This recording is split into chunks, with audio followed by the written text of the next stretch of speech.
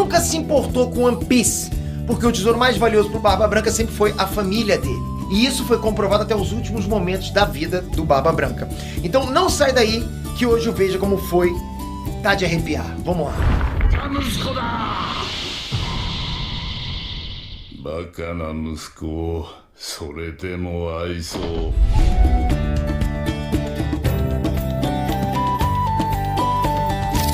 Enéas Trunks, Peter aqui. Galera, quem conhece One Piece não me deixa mentir. Os Yonko estão em outro nível quando o assunto é poder. E o Barba Branca na época, né, um dos 4 Yonko, era de longe um dos mais poderosos. Uma verdadeira lenda viva, que vinha mitando desde a era do Goldie Rogers. Só que durante a saga do Marineford, Edward Newgate, o Barba Branca, não estava na melhor fase física dele, digamos assim. Além de ter ali os 72 anos de idade, o cara ainda sofria de uma doença que fazia com que ele dependesse de remédios circulando pelo corpo dele para manter ele vivo. Algo que vocês podem ver nessa cena aqui, onde o Shanks faz uma visita ao Barba Branca.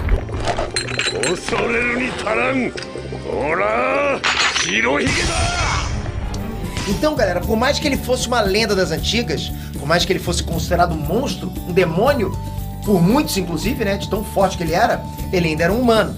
Foi o que ele mesmo disse, né, ele era só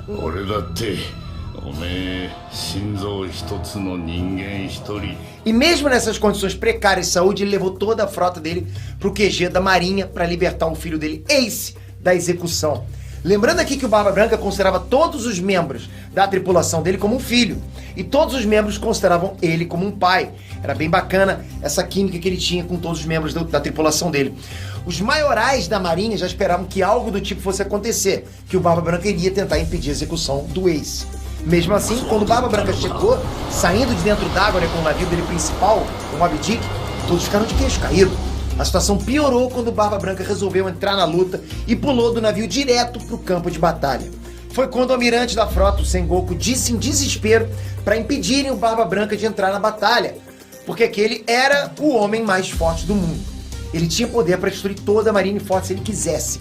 E Sengoku não estava mentindo, porque o Barba Branca possuía a Gura Gura no Mi, a Akuma no Mi, que dava para ele os poderes de criar terremotos, ou seja, ele poderia colocar a Marineford abaixo com os poderes que ele tinha.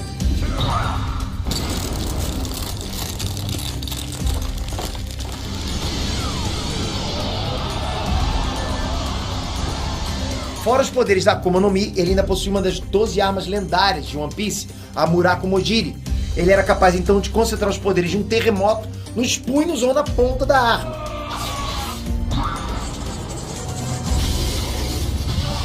Bom, galera, nessa hora o próprio almirante Okainu foi de encontro do Barba Branca. Tiveram ali então a primeira luta deles na guerra. Quando o Barba Branca arremessou Okainu para longe, ele sentiu o coração dele doer e caiu de joelhos cuspindo sangue. Isso era resultado da doença dele, que não permitia que ele se esforçasse tanto. E claro, a Marinha logo atacou enquanto ele estava caído. Primeiro ele teve um buraco feito no peito dele pelo Akainu, que usou os poderes de magma dele, porque ele tinha os poderes da Mago Mago no Mi, que dava ao usuário os poderes de se tornar, controlar inclusive e gerar magma. E além disso recebe dezenas de ataques com espadas de diversos marinheiros, além de tomar um tiro de bazuca queima-roupa na cara. Nada disso, eu vou repetir, nada disso foi o suficiente para deitar o homem, galera, não deu. Eu contei essa parte só para vocês terem noção de que mesmo doente ele era capaz de enfrentar um almirante da marinha e vários marinheiros ao mesmo tempo. Mas bora aqui dar um salto para o momento crucial da vida do Edward Newgate, depois de ele ter presenciado o momento mais triste da vida dele, a morte do Portuguese de Ace. Isso mesmo, galera, depois que o Ace foi morto tentando salvar a vida do Luffy de um ataque do próprio Akainu, o almirante continuou seguindo o chapéu de palha que estava sendo resgatado pelo Ace Shichibukai Jinbe. Só que ele foi interrompido quando o Barba Branca surgiu atrás dele. Vejam bem, galera, a cara de desespero do Akainu quando ele sente a presença do Yonko nas costas dele. Claro, lá no começo ele conseguiu lutar contra o Barba Branca. Mas vocês lembram que eu disse quando o Sengoku tinha dito que o Barba Branca tinha o poder para destruir tudo em Marineford? Pois é, agora ele tinha perdido um filho e a fúria dele era tão grande que até os outros membros da tripulação sentiram o quanto ele estava furioso e deram ordem para todos se afastarem do local. E não foi à toa, porque ele carregou o punho dele com os poderes de gerar um terremoto e deu um soco tão forte na cara do Akainu que afundou o rosto dele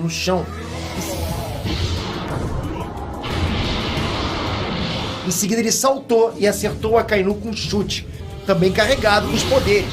A partir daí os dois começaram a trocar golpes, mas nada fazia efeito no Barba Branca até que o Akainu usasse um Meigo, um golpe que perfurou o estômago do Barba Branca e queimou o corpo dele por dentro, fazendo ele ajoelhar diante do Akainu. Mas mesmo com o estômago em chamas, ele puxou o Akainu pelo colarinho e arremessou ele para cima, acertando um golpe tão forte no almirante que gerou um terremoto em toda a Marineford. O cenário foi de destruição total, criando fendas em toda a ilha. Claro, a Akainu não teve nem chance e caiu no meio de uma dessas fendas, todo machucado.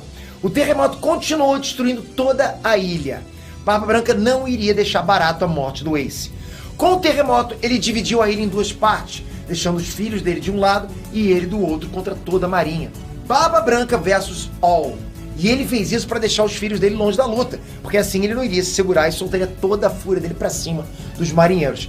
Barba Branca saiu varrendo exércitos de marinheiros pela frente enquanto ele balançava a arma dele.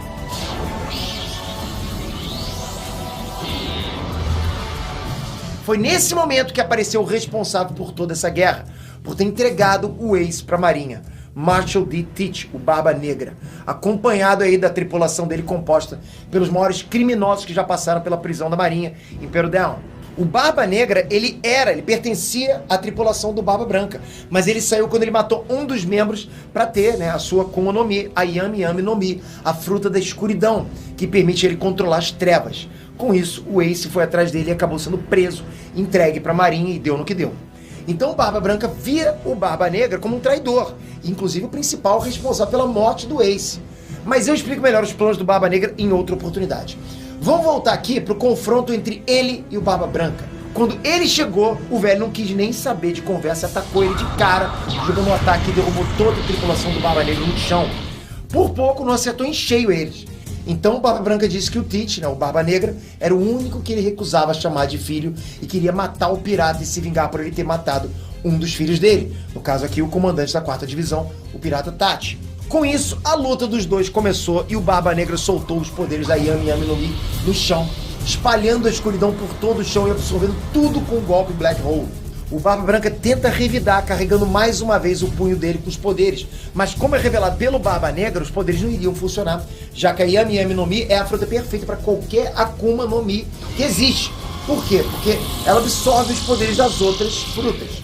Assim, ele para os golpes do Barba Branca facilmente. Mas como o Barba Branca não é um novato, ele usa a arma dele para cortar o Barba Negra, em seguida pula no Barba Negra e acerta um golpe com os poderes no queixo do pirata, afundando ele no chão com um terremoto.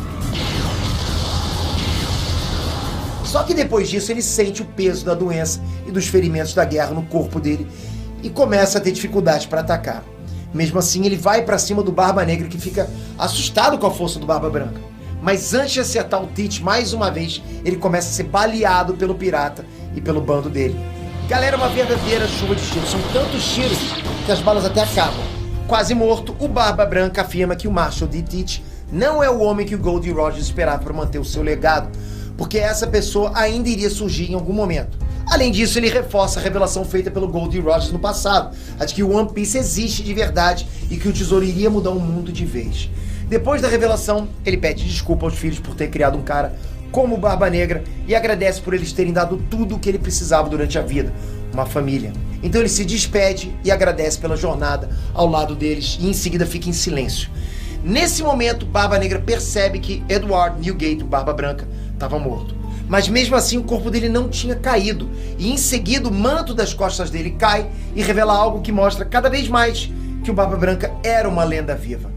Apesar de morto, com todos os ferimentos da guerra, que foram 267 cortes com espadas, 152 furos por causa de tiros, 46 tiros de canhão e os golpes que ele levou dos 3 almirantes, além de ter o corpo queimado por dentro, ter metade do rosto destruído pelo Akainu, mesmo assim, as costas dele não tinham nenhuma cicatriz.